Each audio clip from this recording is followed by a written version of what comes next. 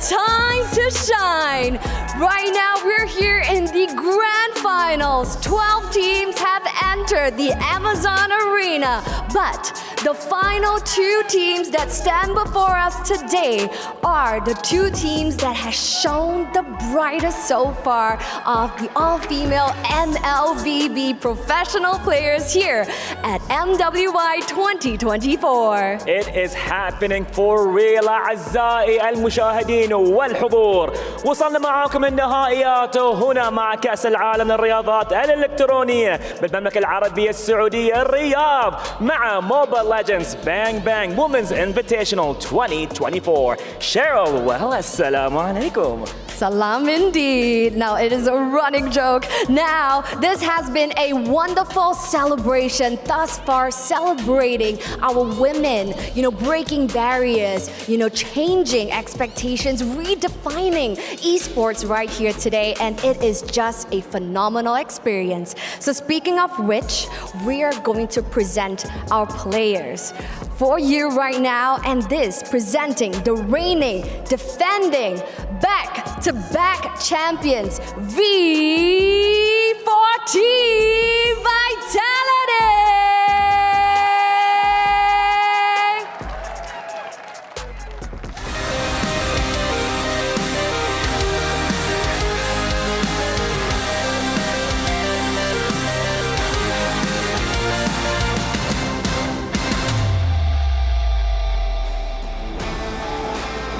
Now the queens of MLBB are one best of 5 away from cinching their 3-peat championship and of course their 25th consecutive tournament win.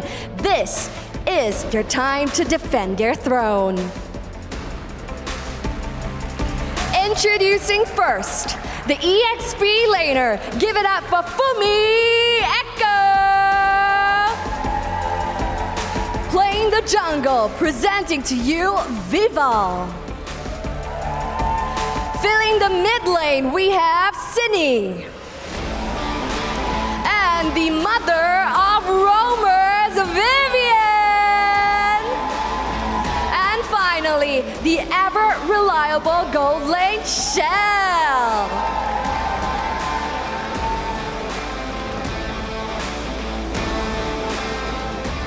And now, ladies and gentlemen, viewers around the world, before I start with the coming team, all the way from the Philippines, ladies and gentlemen, make some noise!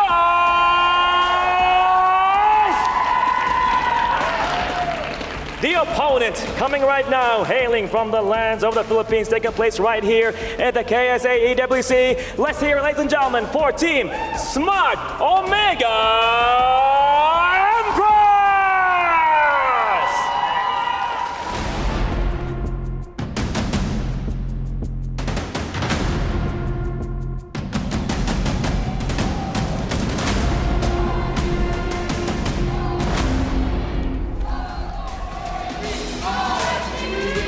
There you have it, ladies and gentlemen. The hype is real.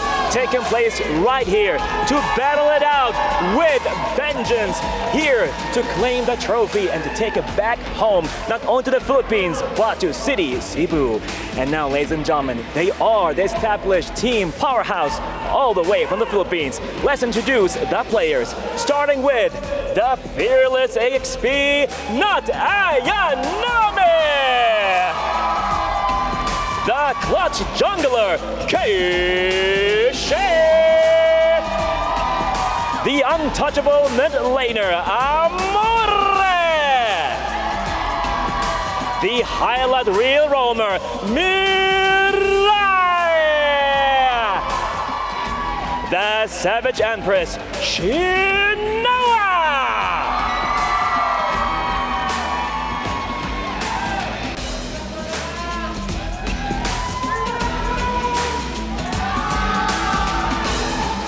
Absolutely wicked crowd. Wow. Beautiful, beautiful. It's the Philippines against the amazing team as well with Vitality. Who's gonna make it happen? Now, what will happen right here in this match, we can only find out. Will V stand for victory for Team Vitality, or will the Smart Omega Empresses cause a major upset and take down the Juggernauts? That is MWI 2024. Ladies and gentlemen, for these two teams behind us, it is only one shot, one opportunity to seize everything they have ever wanted. One moment. Would they capture it or just let it slip? Over to you at the studio. Yalla! Thank you so much, Cheryl. Thank you so much, Bara. And I love how you put it. The stakes are ever so high for both of these teams that are fighting for it all. They want that #1 position. They want to be the new queens of the world. And that $1 million question, right? Can Vitality continue to defend and go on the run for that three-peat victory at MWI? Before we even talk about the game, we gotta talk about the draft. Where personally for me, I feel like for both teams, the third pick is gonna be important. Especially when we talk about grand finals, what is the first thing we think of? Exactly, moms. We gotta talk about the mother of tanks here, Vivian, going up against Mirai. I feel like for both, what? You guys okay? Yeah, I just remembered. That's my mom. Yeah, right? Every time grand finals, I think about my mom. Anyways, for both, it's really about the roamers, right? Because I feel like for both teams, they're very good at team fighting in terms of baiting out the skills. So which roamer has the better setup is gonna win it all. So you're looking at a priority on Minotaur, on Tigreal, and Not even priority, honestly. the possible counters like Valentina. Exactly. I expect Valentina to be such a high priority in the draft, whether it be early banned, which is most likely going to happen, or even answers all throughout team fights, because in their last series against VSG, Omega Empress unlocked the X-Borg. Yeah. The X-Borg in the hands of Na Ayanami was not exactly what VSG was expecting. So now that Vitality has seen it, they might be ready for it. And if you understand where I'm going, if you see this coming, reverse psychology, I know you know, but Yeah. do you know what I don't know? So they might overthink it. They might even waste a ban on the X-Borg. The drafts are going to be traps. We just got to see who set the better trap, because again, Minotaur picking up early, it can be countered by pick-off heroes like the Edith, like the Tigreal. So that's why I said the third pick is going to be the most important one. The first two picks is just setting up.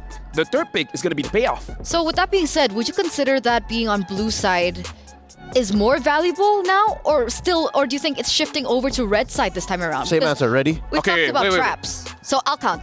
Yes Three. or no? Wait. Okay. So blue. I think- So you say blue or red? Oh, which one has the advantage? Okay, ready? Yeah, which one has the advantage? Count. Okay, 3, 2, 1. Blue. Red. Okay. Let's start with No, let me that just, elaboration. For me, it's just one thing. There's only one way the blue side has the advantage. Okay. If Valentina is not banned. If Valentina is banned, red side has the advantage. I think it's the latter. I think it doesn't have to be because the Valentina is open or not. Blue still has the say. Blue can bully red side into saying, if you don't ban the Valentina, we're picking it up. Or we can afford to not ban the Valentina at all and even see if you will do it, because we can first pick the Rizla, we can first pick Minotaur. Change your mind? Anyone Nope. change their mind? Nope. No? Still sticking? Yeah. And it makes sense, right? Because so far, the scale has tipped kind of in favor of blue side, but today alone, we've seen people and teams find so much more success on red side. And earlier on, you mentioned about the traps, Lafel, right? The traps with the Terizla, the traps with the Ling. So we're gonna see if that actually comes to play between both of these teams, because if we're talking about experience and coaching staff, man, both of these teams have excellent minds up in the driver's seat. Let Up me just there. say, Leo, it's not because you're here, but I actually feel like Bane is being slept on. I think Bane still have a 100% winner here. I think Bane is just where he needs to be. Bane is the tool that comes in when you're not ready. You see a nail, what do you go for? The hammer, right? No. Yeah. You go for the pair of scissors. That's what Bane is. Like, why? Exactly. You know what? I like the way he thinks. Expect the unexpected. Hashtag. Right? Is this a good game for Bane? No, that's why we're gonna pick it. Bane in the jungle is like Brody in the gold. Dude, I love Bane in the gold. That too. See? I like it gold. He just fits everywhere. Yeah. And again, you could even play him mid and then just build magic damage, no? Oh, But yeah, we've seen that probably before. for this grand finals, we won't see it. But again, I feel like the reason why I'm saying this, let's rewind. Okay. Smart Mega Empress VSG. How did they win? through the mid trio. Very simple. Shut down a tank. Nothing can happen. Smart Omega wins. Rewind again. Vitality going up against Falcons Vega. They won mostly because of the team fights. Very smart drafting, making sure that any kind of attempts of a fight, Vitality always comes up on top. And again, that's why I kind of feel like this mid trio is just a starting piece. They want to get to the between 8 to 50 minutes of the game with a very clear win condition. And I kind of feel like that's why this game is going to be a little bit tricky, because both of these teams, I think, won't fall into the trap. They understand when a trap is being set and they're not going to bite. Best place to find a trap is the XP lane. I agree. think Fumi Echo, we've seen it time and time again through the past week of competition. She likes baiting Vitality's opponents and saying, look at me, look at me, look at me. And then there's four others doing something else on the map. But I think Na Ayanami is going to play a role wherein I know what you're doing. I do the same thing for my team. So if that becomes a neutral factor, that becomes null, then Vitality and Omega have to find a new trick. So let's give some light over to the gold laners, right? Because I think this is one of the matchups that a lot of people have actually anticipated. Some people say that Shell is one of the best gold laners currently in the league, but Chinoa is the only one who holds that Savage. What do we think about the gold laners, and how do you think this is going to go? I think both of them are very solid, because if we're looking at mistakes, honestly, both these goal laners rarely make a mistake. In Do you fact, see differences in characteristics, maybe? honestly, not so much, because both of them have an eye for opportunity, where we saw Shinoa has the eye for an opportunity to grab the Savage. Shell just ends the game. 2 towers, mid, the second tier, and then the base turrets, and then ending the game. Both of them have a wide POV of how the map is looking like. If anything, I see one difference between Shell and Shinoa. Shell is very independent.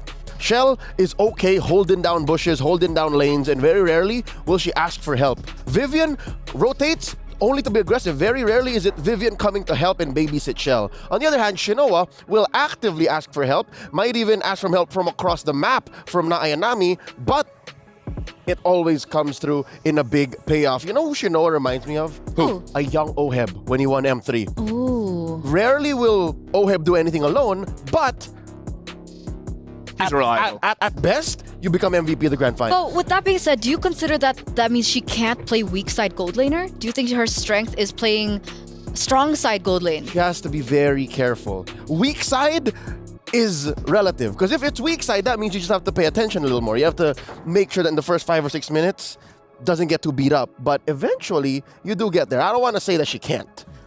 It's all about the draft, because we see, because of her deep hero pool, usually her pick is a little bit delayed to the point where she grabs an Ixia and stuff like that. ML. Some matchups, you win by not interacting with your opponent, right? You win because you scale better than the opponent goal laner. So as long as you're not taking unnecessary trades, then you will win. So again, winning is subjective when it comes to the gold and EXP lane. Some win by getting kills. Some win just by not dying. Simple as that, ladies and gentlemen. And we've seen the Ixias, we've seen the Brodies come out. The Melissa as well. Melissa as well. What prompted these picks from coming through? Not to mention the Brody. Brody as well, yes. See, Brody does something very unique in the gold lane. It's a burst marksman. The only other one that I think is currently active or expected is the Nathan. Yeah. Right? Every other marksman right now is either DOT or DPS. Brody just bursts you down. But Clint he is has not a really usable. 50% win rate at the moment, right? Excuse me, what? 50% win rate on Brody. One times picked up. When Vitality picked it up, did they win that game? A win, yes. It was a win, right? It was win. Yeah. So 50% win rate. Watashi wa don't know. Okay. Melissa came up because of assassins, right? You have a lot of dive. A singular getaway can turn the tide of battle. She can even afford to do that with an Inspire, so she doesn't even care. And last but not least, the Ixia. A lot of teams these days picked up Ixia, not just Smart Omega Empress. It's because of how she is so independent, right? She has a heal, a knockback, a mini stun, and of course,